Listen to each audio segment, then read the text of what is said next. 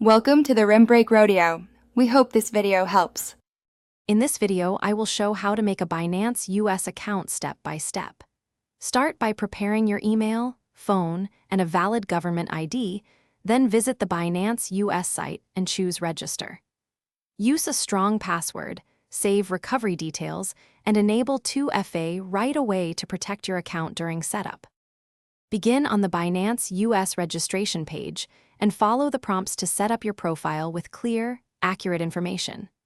Verify your email and phone promptly to unlock account features. Add a bank account or debit card for deposits and make a small test transfer to confirm connectivity and limits before trading or transferring larger amounts.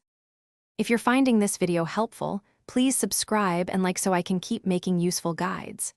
Quick recommendation: the Echo Dot smart speaker brings your space to life, plays helpful reminders, and adds a fun soundtrack while you set up accounts. It makes following tutorials easier and more enjoyable. Check the description for the Echo Dot link and other deals. Now let's get back to the video.